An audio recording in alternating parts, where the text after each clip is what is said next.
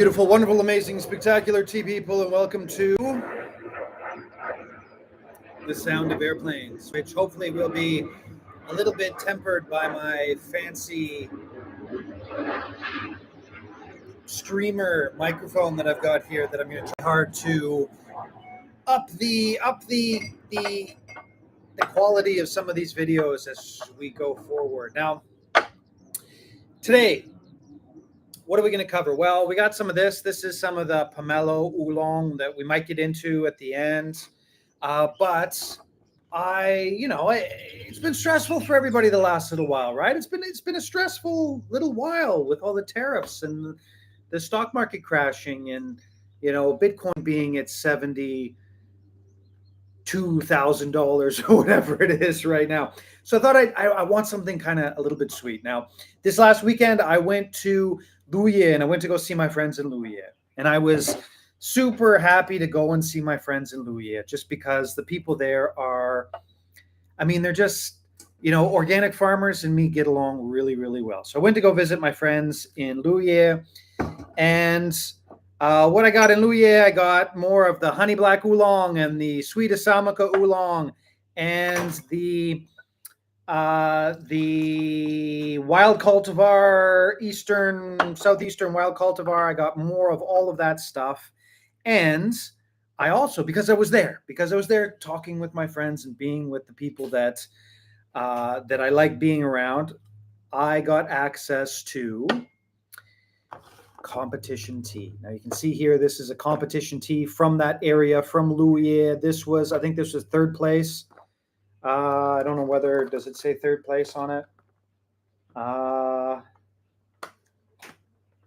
it doesn't say third place. Anyways, it doesn't matter. It doesn't even matter. Who cares about those stupid competitions, right? Competitions are dumb. The competitions are dumb. But the people who enter their tea in the competitions, they do a really good job in working hard to make sure that their teas are the best that they offer. And this is the best that they offer. Now, I tried a couple. Hey, man, how's it going? I tried a couple when I was there. And this one I didn't actually try. So I tried one of them. And they're like, oh, that's not the Mi Xiang. That's not the one, the honey fragrance one. And I was like, oh, really? Okay, well, let's just try it. So I tried this one, right?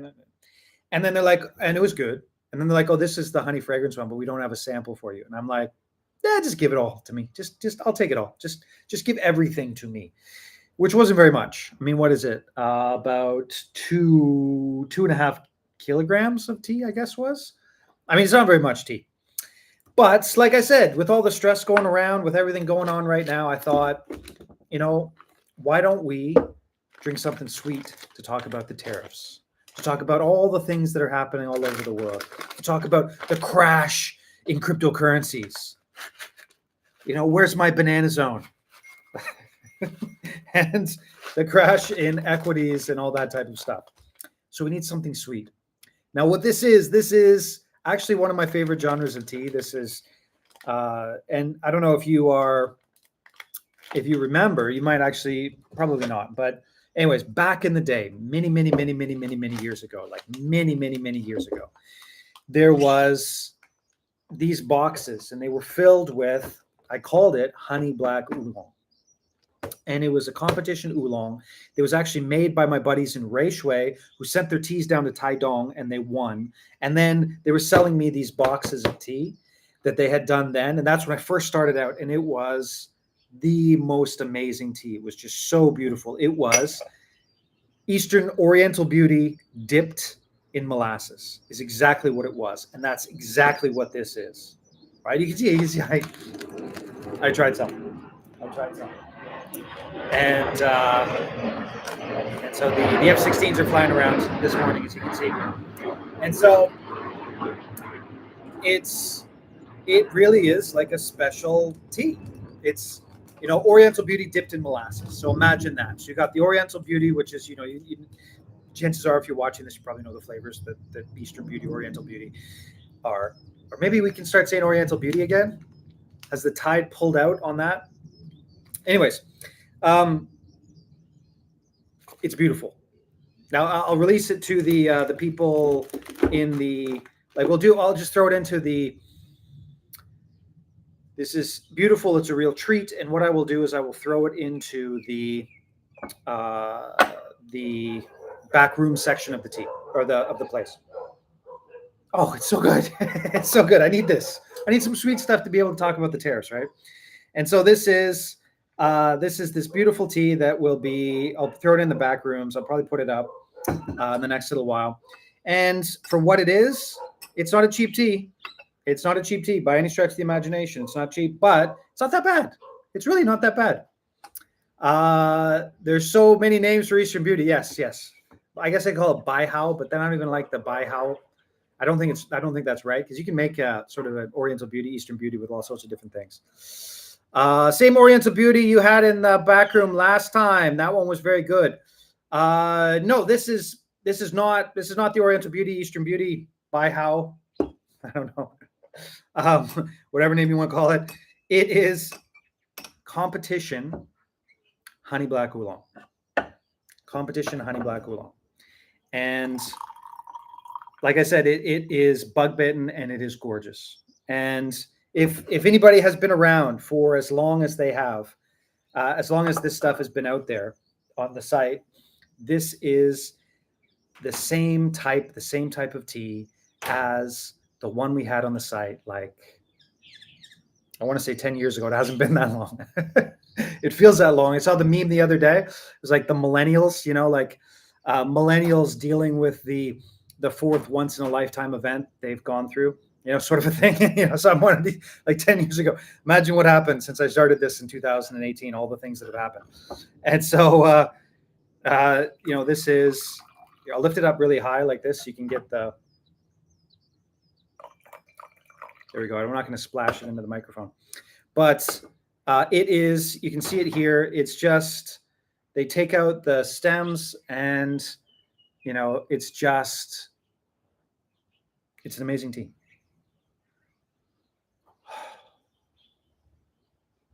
It's such a pleasant,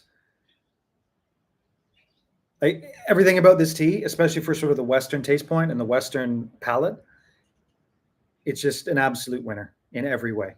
And I bought all they had left. They were actually a little pissed, because they're like, like, how am I supposed to have this anymore?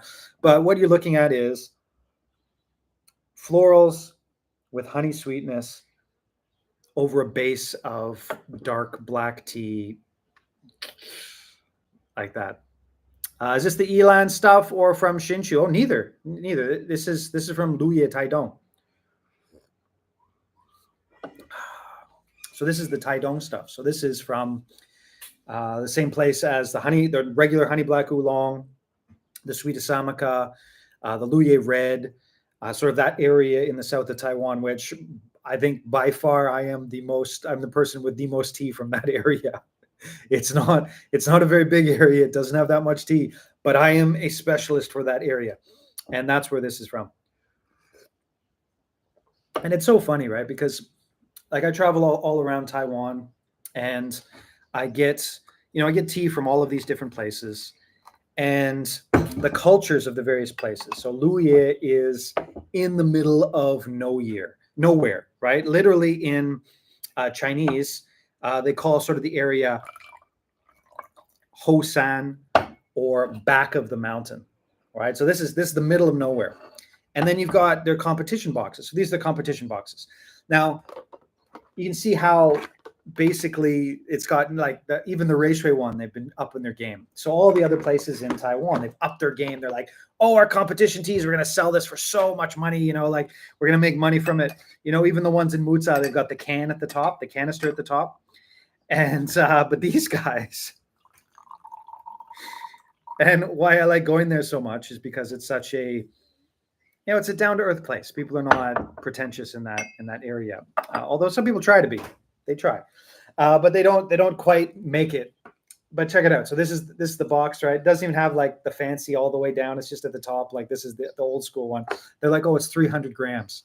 How do you get 300 grams? Well, this is 150 grams. And then I'll just throw another one in. So they actually do it where they don't make one bag of 300 grams. They literally just do everything in 150 grams because they use for like the winter, then they only sell it in 150 grams. They're like, we don't want to bother with all the BS. So they just put 2 in. I do love it. I do love visiting all these places and seeing these people. It's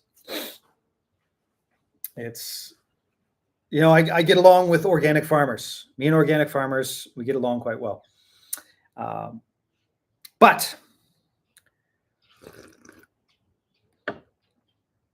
let's talk about what's going on in the world. Now, I make a deep rule. It's on the Discord, and certainly in live streams. Never talk about the P word, right? We're not talking about politics. So we're not going to go into sort of the politics side of things. If I ever do open up the tea tours in Taiwan, we can talk about it. But we definitely not going to talk about sort of the political aspect of what's going on here. Let's see if it works here. I think it does. I think that microphone works really well. Not so much obviously for the YouTube, but it works for the Instagram there. But nobody really knows. So nobody knows what's going on with the tariffs. Now, from what I've heard, the American administration is after China, right? So I studied political theory in school, blah, blah, blah. So I sort of have a little bit more background in all of the sort of this stuff than the average person. And basically everything that he's doing all over the world is sort of setting up negotiating tactics for attacking China is basically what he's doing. And, are you buying things from China? Okay, well, up the tariffs go, blah, blah, blah, blah, blah, right? And so it looks like tea from China, right? So it looks like tea from China is going to be hit with a massive tariff, right? So tea from China is going to be hit with this massive tariff. Now, for right now anyways, see, that's why I chose this tea. It's so beautiful. It's just, it's not going to get you tea drunk, but it's just the pleasantness of this tea is just, flowers and candy drenched in really high quality light molasses. And then you drink it. It's so nice. Anyways, this will be in the backroom section of the site when I get around to it, which will be probably next week. For Taiwan, there is supposed to be this massive amount of tariffs, right? So there's supposed to be like 32% on tariffs for everything from Taiwan. But Taiwan has already gone and said, we're not retaliating. This is kind of dumb. We're going to drop every single one of our tariffs to the United States. And, dunk, dunk, dunk. Hello, Mr. T, can we come see you? And so they're going to go there. So my guess is for Taiwan, 32% tariffs is not going to be in Taiwan's future. Mostly in the sense that I'm pretty sure that, the U.S. is just trying to get more friendly countries to buy their debt.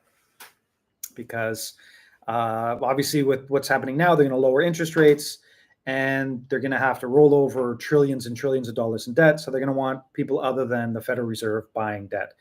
And so they'd like for other central banks to anyways, the point is that chances are in Taiwan, it's probably going to be okay.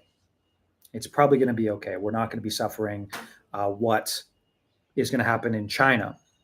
Now, there's also something to throw in the mix, which is called the de minima law in the United States, which, I fully admit it, I have been taking advantage of for 7 years.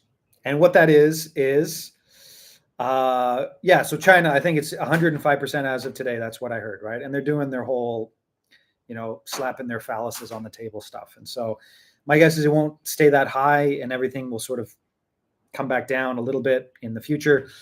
But I think tea coming from China is just going to be expensive. And so what you're looking at, I got, 105, which is just insane. What The de minima, right. So what happens is if your order is less than $800, stamp through, stamp through, stamp through. And that's why Temu and Sheen and well, here it's called Shopee. All these different types of businesses started and have thrived in the context of not having to pay these duties, where places like Europe and basically everywhere else in the world has to pay these duties. And so the United States, if the United States, and it looks like they've taken away those duties from, or that rule from China, that will change the game a lot. In Taiwan, up until May, it's still there, right? So we still have, up until May, there are no tariffs on anything under $800. So this is what my guess is. My educated guess for what will happen in the next 3 to 6 months will be sort of this reset, this flipping around, that there will be a dropping of the 800 for Taiwan, a dropping of the 800 down to, my guess would be maybe 100 or 50, something like that. So if your order is less than that, then you won't have to pay the tariffs. But then there'll be something like, if it's higher than that, you'll probably have to pay some tariffs, like sort of like they do it in the European Union, for example. Although they do have to pay tariffs for lower stuff, but they have to pay more for the higher orders. And that's sort of my guess is what's going to happen with Taiwan. And for me, why I'm not panicking, why I'm not worried too much about all of this is that Taiwan has always been, and knock on wood, will be for a while longer, has always been this beacon of to China, and that has been sort of by the Western powers and Europe and United States. It's this idea that hey, China, Chinese people, what is it? Some American politician called them Chinese peasants the other day. Yeah, that's great. That's hearts and minds, idiot. But the Chinese people see Taiwan, or that the West perceives Chinese people as seeing Taiwan as like this free beacon of blah blah blah blah blah blah blah. Like freedom and democracy and all that type of stuff. So what's going to happen is they will not destroy the sort of the base economy of Taiwan, in the next 12 to 18 months is basically what my guess is. And so how that will work out, I do not know. Nobody knows, right? Nobody knows how that's going to work out. But for the 100th millionth time, I'm happy I'm in Taiwan. I'm happy I'm here. Because what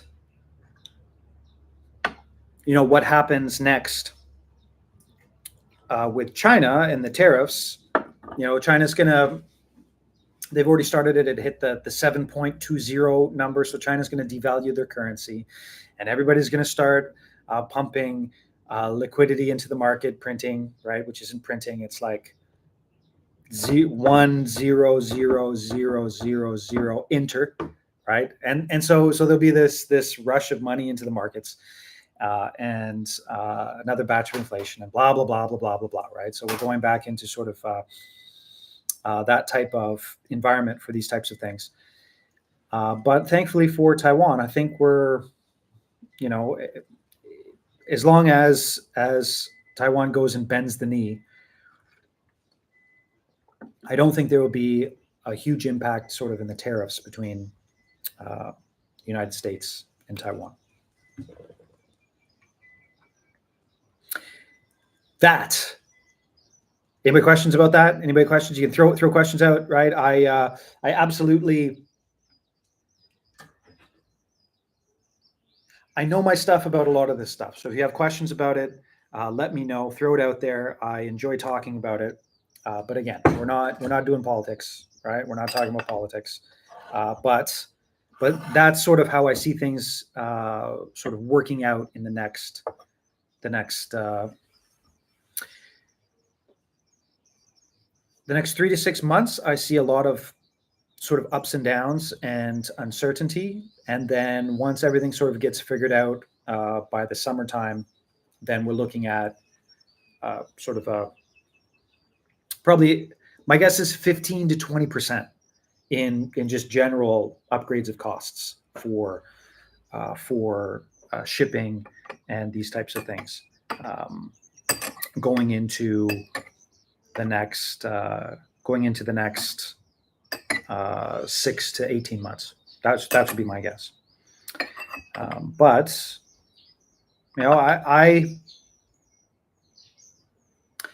I've worked hard and been. It's always in the top of my mind. So with the increase in the U.S. dollar, sort of in general, or the decrease in the value of the U.S. dollar and inflation, the price of things going up, I've tried my hardest to keep the prices on the site exactly the same. And I think I have. In general, I've kept the prices on the site in U.S. dollar terms stable for the past 7 or 8 years. And it certainly hasn't gone up. And I've looked at some of the other sites all over the world, and I don't try not to do it very often because it kind of makes me angry. But at the same time, I'm like, I don't know their situation. I don't know what they're going through. I don't know what their costs are, and I'm never gonna call them out. But most people for similar teas, usually of maybe 50% less quality, they're selling it for double, between 2 and 3 times what I sell them for.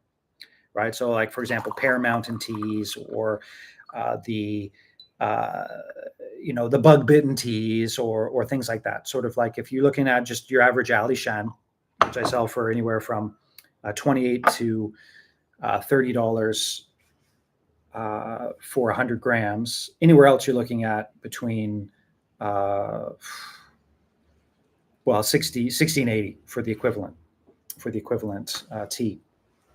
And or usually a little bit less quality. But it's. I'm going to try my hardest to keep everything just where it is right now. Right. So right now, no plans on changing anything. We're going to see what happens today. I think. Here it's already the 9th. So we're going to hear a lot of things. You're going to get a lot more information for the rest of the week. And what I do ask for the people out there who might be listening to this is please just let me know what happens, right? Let me know what happens. Are you paying tariffs? Unfortunately, and I hate to say it, but we're already starting to see some delays. So there was one batch of teas that came through Chicago on the 22nd of March, and that batch of teas is still sort of stuck in this. It went through customs, and now it's just sort of sitting there. So I have no idea what happened with that tea. Eventually, it'll show up at people's houses. I have no doubt about that. But I'm worried. I'm worried that we're about to see sort of real delays for teas and packages going through, which makes sense, right? Like imagine you were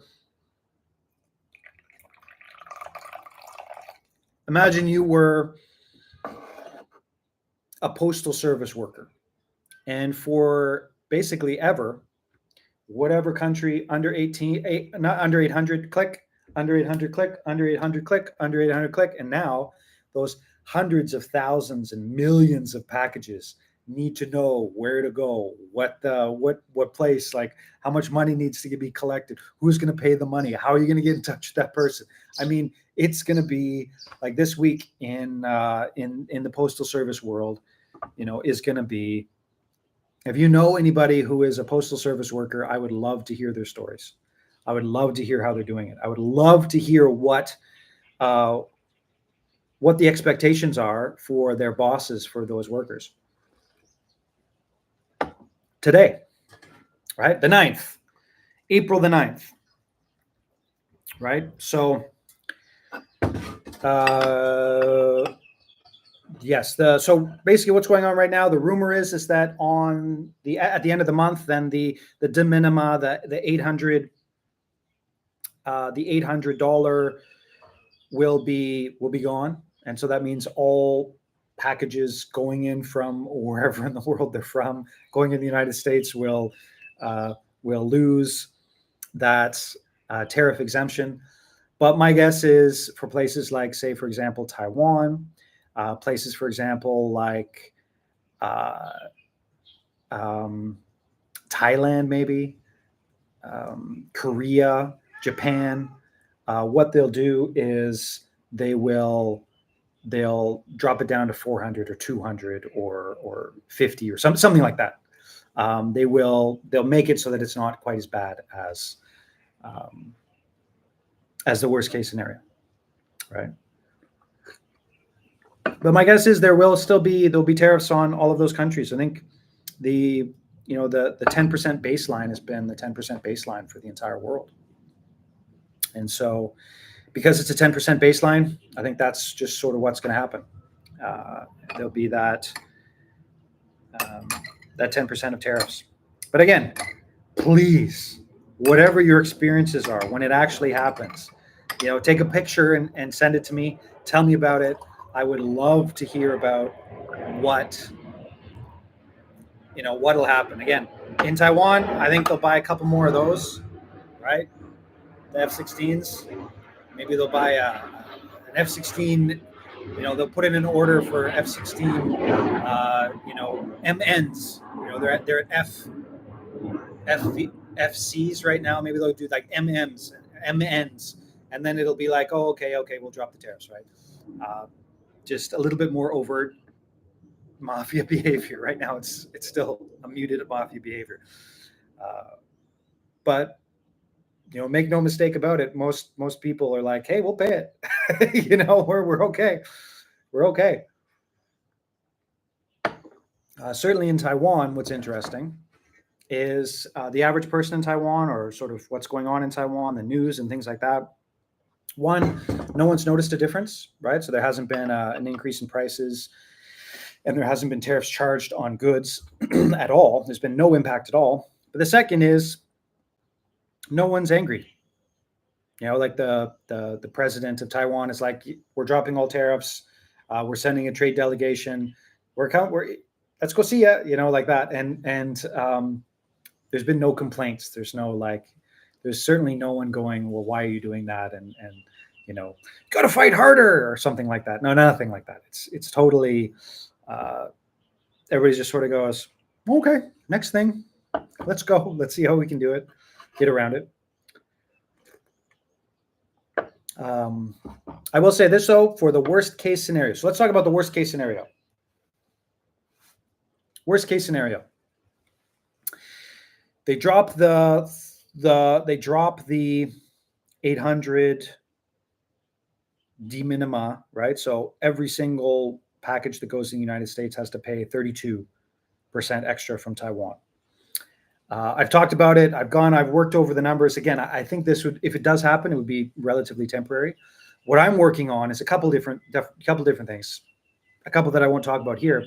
But one of them would be, if you do get hit with that tariff, then we'd split the tariff, right? So you show me proof of the tariff you paid, and then whatever half of that was, I'd give you store credit.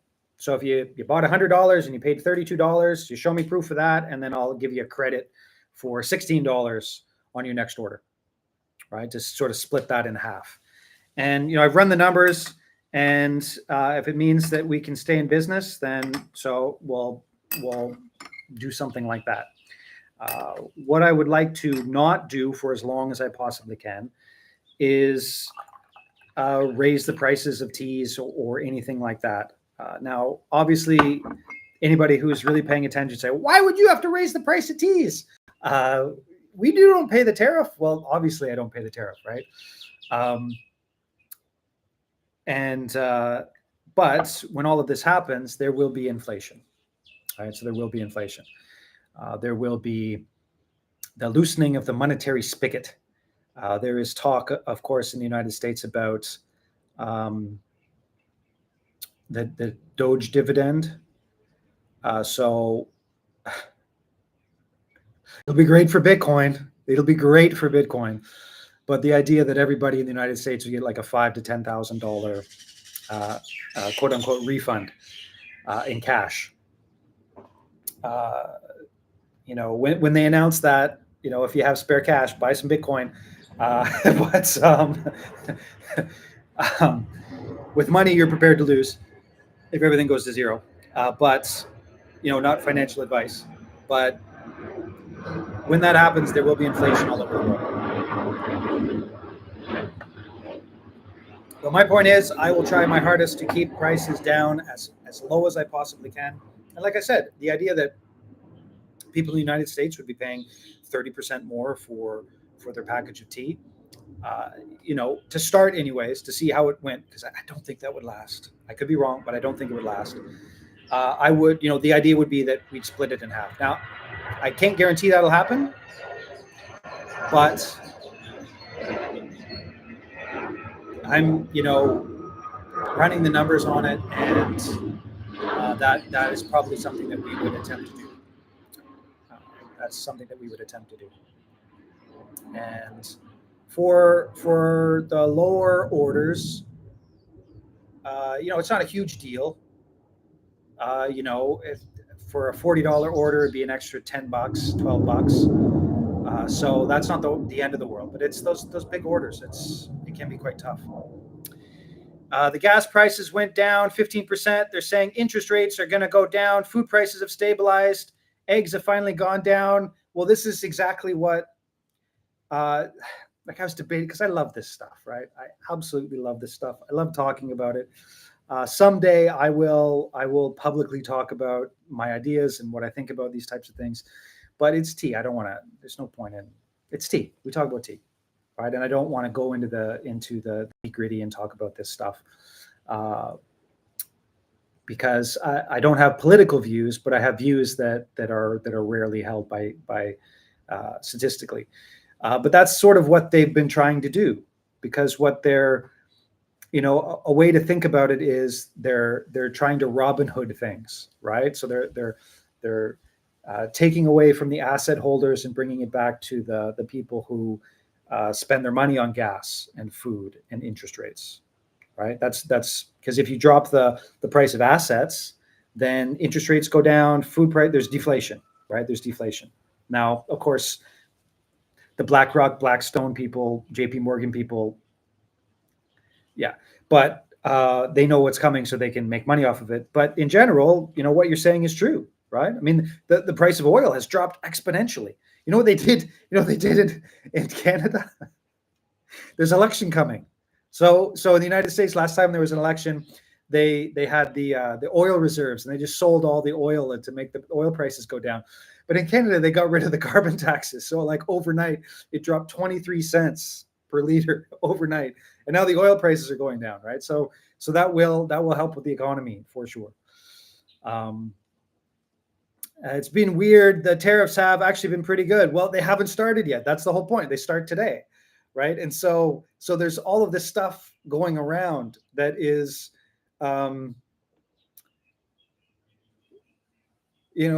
push and pull of all the economic stuff, right? And so when those tariffs actually get implemented, then there's going to be a huge amount of things that are going to go up in price. Huge. Spare parts, plastic things, glasses, like every single thing that you could possibly imagine. This will raise in price by like 25, 50, 100%. And so that will be an issue when that happens, right? But right now, it's, as long as you're not my age and relying on your 401k to get you to retire in the next 5 or 10 years, then there hasn't been that much impact. But that will change. That will change, and how it will change, who knows? Right? We're going into crazy town. You can't taper a Ponzi. And so I have no idea what's going to happen. But say it 1,000 times, I will try my damnedest to keep it affordable to keep enjoying Taiwanese, clean, high quality Taiwanese tea from happy farmers. Right? You can taste the happy farmer in here. You can literally drink the tea and be like, this farmer is a happy guy, right? And then if you go and see him, you just see like, so when you go see him, and I was joking with him. I'm like, you know what I do? Because they just call it red oolong there, right? Like, I call it honey black oolong. And then everybody buys it. He loved it. He's just laughing and laughing and laughing. He's like, yeah, that's because red oolong in Taidong is about as common as whatever. But if you just change the name, right, honey black oolong, and then I tried the same amount of money for it, but more people buy it. And anyways, what's the point of that story? Point of that story is the people who buy this tea in general are just so happy.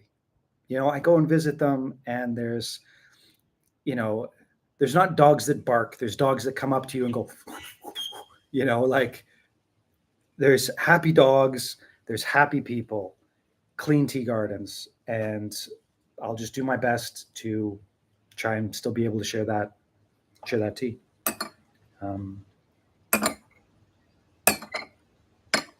I will try my best to do it. But please let me know how all that stuff goes, all the tariffs, all that type of stuff. Please let me know how it goes for you. What are your experiences of it? Right. So, for example, I asked, I threw it out there in my stories the other day for the Europeans. I said, how do you guys deal with tariffs? Because the amount of weird stories I hear from Europeans and tariffs is just, it's so uneven, right? Somebody be like, oh, this got, it's stuck in customs for like 6 months and I can't get it. And then other people are like, oh, I came through no problem. I didn't have to pay any tariffs at all. And the replies that I got from the European, the wonderful, amazing European tea people were exactly the same as what I've heard in the past, right? So the European people were like, somebody like, oh, there's no tariffs at all. Another person from the same country is like, oh, sometimes it's 7%, sometimes it's 20%. Another person is like, in Romania, we just hope that it gets through, and sometimes it's this, sometimes it's that, sometimes it's another number. It doesn't make any sense. It's just sort of random. And my guess is for North Americans and Americans, you're going to get some of that same interesting sort of European style administrative raj type of bureaucracy coming your way, which I certainly hope is minimal and doesn't affect everybody too much. But we'll just have to wait and see. But it certainly is going to be cheap to fill up our cars for a while. It'll be cheap to fill up our cars for the next little bit.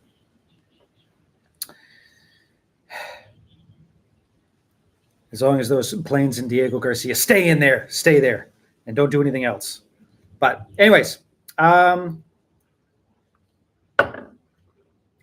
any question about that? Throw it out there. If things actually get to the point where we have to deal with things like that, then I'll communicate a lot more and put more stuff out there. But at this point, we're still we're just waiting.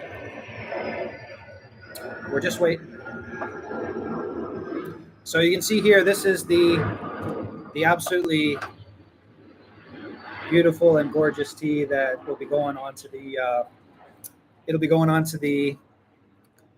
into the back rooms, right? I only got a couple kilograms of it, but I'll throw it into the back rooms probably in the next week or two, and throw it on the Discord first. Again, if you if you can, get in the Discord. If you don't, So when that happens, that means he was going too slow, or she.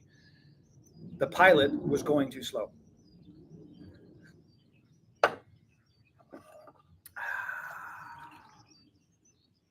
So I really shouldn't pour that out, but I'm going to drink some of this for now. Now, what is this?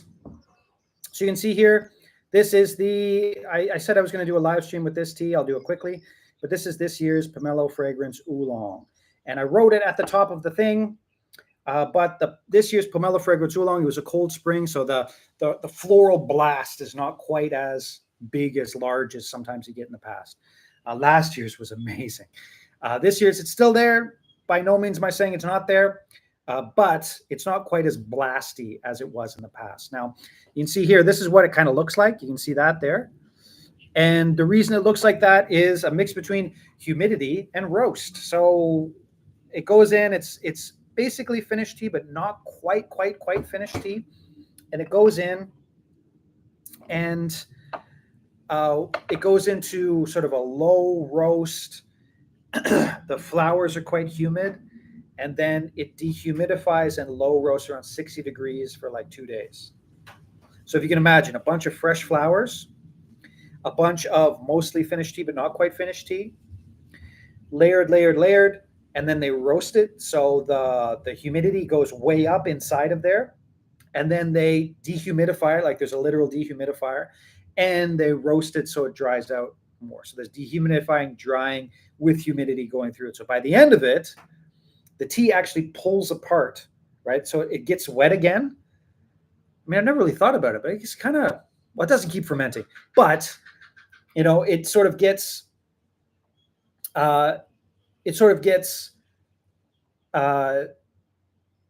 wet and then dries out again. So it gets wet and expands from the humidity of the flowers, and then it dries out again. And then so the actual stems sort of come out and are much more visible. But the tea doesn't change at all. It's just the exact same tea.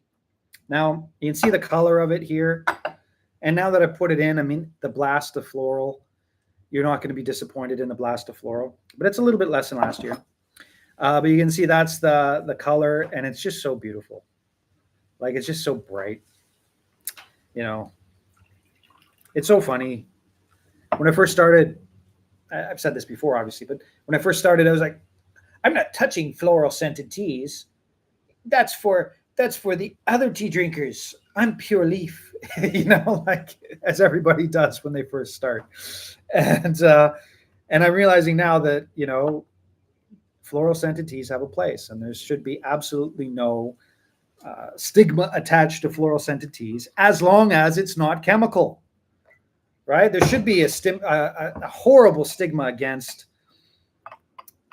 chemically scented teas, or those horrible Alishan milk oolongs where they spray weird crap on it to make it like vanilla, right? Yes, there should be a stigma against that, but this, absolutely not.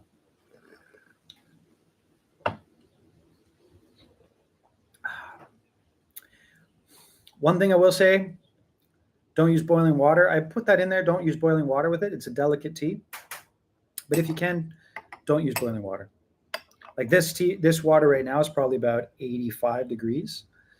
And 85 to 90 is just the perfect amount, because the floralness, right? There's no actual florals in there.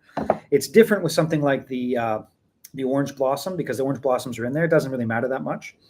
But with this tea, it's actually just scented. It's just the smell of the tea, right? There's probably pollen or something in there, but it's certainly not like there's not little bits of flowers. And the reason there's not little bits of flowers, of course, is pomelo flowers taste horrible. There are a few things in the world that are natural that taste, well, I shouldn't say that. There are a few flowers that taste as bad as pomelo flowers. And I've had a lot of flowers, right? But it's so horrible. It's so awful. Oh, it's so gross. So there's no florals in it, and that's the point. So don't blast it with boiling water. You blast it with boiling water, you're gonna have a bad time. You're gonna have a bad time. But with water like this, you get the absolute. It fills up the room, beautiful floral flavors, and then you get sort of the oolong coming in the later steeps. And this is one of the most popular, highly rated teas on the site for an amazingly good reason. And like I said, this year, a little bit less floral than last year. Like if last year was 110%, this is maybe a 90, 95%. But you won't be disappointed. But yeah, definitely started doing that in the context of there's so many wonderful people that have been with me for so many years. I have to really put out expectations for the teas and the years, because there's so many people that'll be like, the last batch was better, or this batch was this, or this batch was that, and they know, and they're right. They're 100% right. So I've got to put the correct expectations out there. So if a batch really is like best in 5 years, it's the best in 5 years. If it's not quite as good as last batch, then I'm going to tell you about it, right? I've got to do this now, because I don't want people, especially the people who have tried it one time and they're like, I can't wait till I get it again. And then it's not exactly quite the same. I think I've talked about it before, but that the dopamine hit, your first dopamine hit of high quality tea. So your first dopamine hit of high quality tea, it'll never get that good again. It'll never get that good again. But you could have a tea that last year you were like, it's okay. And then this year, it's mind-bendingly good, and it'll blow you away. So that is definitely something that happens. So I will start I'll start ranking years, perhaps. Well, we can go back and forth and see if you agree with me. We're going to rank years, the last 5 years, for various versions of teas. But that's one of those things. It must be so hard. I feel bad for the people that don't trust their sources enough to buy from them every year. There's some people that never buy from their same suppliers, or they buy it once and then they're like, oh, this was really good from this person here, but next year, if it's not good, I'm not going to buy it again. I mean, who are you buying from? Yes, people can make mistakes, and yes, the weather is different, and yes, all these different things, but the quality difference is not like this. The quality difference is like this and this, right? If you have a good producer and somebody you trust and somebody you really enjoy and you want to support, why would you be buying tea from different places? I mean, maybe, I guess, in the context of like China, where they only have one big production a year, but it really makes me suspicious of people who have different suppliers every year for like Alishan or Lishan or one of these places. It really does. Chasing the tea dragon. Yes, yeah. Well, it's a drug like any other, right? Remember, I made a joke once with a customer who's quite religious. And I said something like, I'm the most wholesome drug dealer that you'll come across. And he goes, drugs? I'm like, the tea. He's like, oh, the tea. Oh, it's a joke. He was quite worried, but it's the truth, right? I mean, it depends on what you call the drug. Most drugs are just medicine. This is just medicine. But I'll tell you, being able to give and share and support the supply chain for clean, agrochemical-free Taiwanese tea is beautiful. I love it. I love it. I love it. I love it. Because it really is. It's so important. It's so important, right? You got to be able to keep your soul in today's world. And I can sell this tea and say, I recommend this tea. You should buy this tea if you like pomelo flowers and milk oolong, because it's clean. I know the people who grow it. It's a good place. Blah blah blah blah blah blah blah blah blah blah. but I'll get it again from my buddy next year. Okay, I think that's about it. To recap, the competition, Honey Black Oolong, will be on, and this is a world-class tea. It won't be that expensive, but this will be on the site in the next week or two in the backroom section. Again, if you want to go into the backroom section, the password is welcome. Just one word, welcome. This tea went out. I sent the email out. If you use the code GREEN, it's still 10% off. So you can get this 10% off, I guess, until midnight tonight. So you still got a while to use that code if you want to. What else is going on? Oh, the tariff stuff right now. There's nothing going on special or specific for the tariffs, the Taiwanese stuff. But the rumor is the $800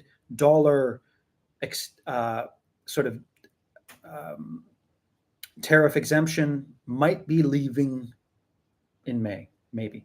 We don't know. If it does, I certainly think that it'll be temporary for Taiwan, but that may happen. And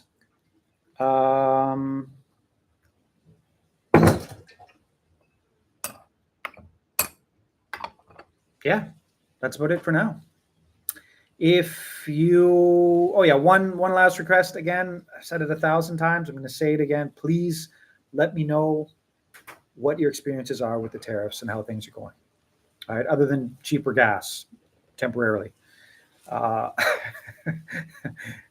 It's going to be temporary. We're going to see when the spigots open again, we're going to see another blast of inflation. Worry not. If you want to know what we're going into, look at the inflation chart of the 1940s for North American inflation, or European inflation for that matter. But basically that's what we're going into. Fiscal dominance, fiscal repression, controlling the short end of the yield curve. Anyways, any questions about any of this stuff, please let me know. And I certainly hope and wish that the uncertainty with the tariffs is not affecting you or your loved ones. And I certainly hope that whatever effect there is in that, it's minimal. We'll be working hard to make sure it's minimal for Taiwanese teas anyways. But wherever in the world you happen to be, I certainly hope you have an amazing morning, night, evening. Sleep well. Have a great day tomorrow or a great day rest of today.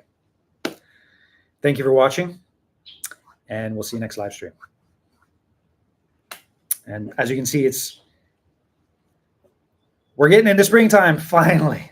We're finally getting into springtime.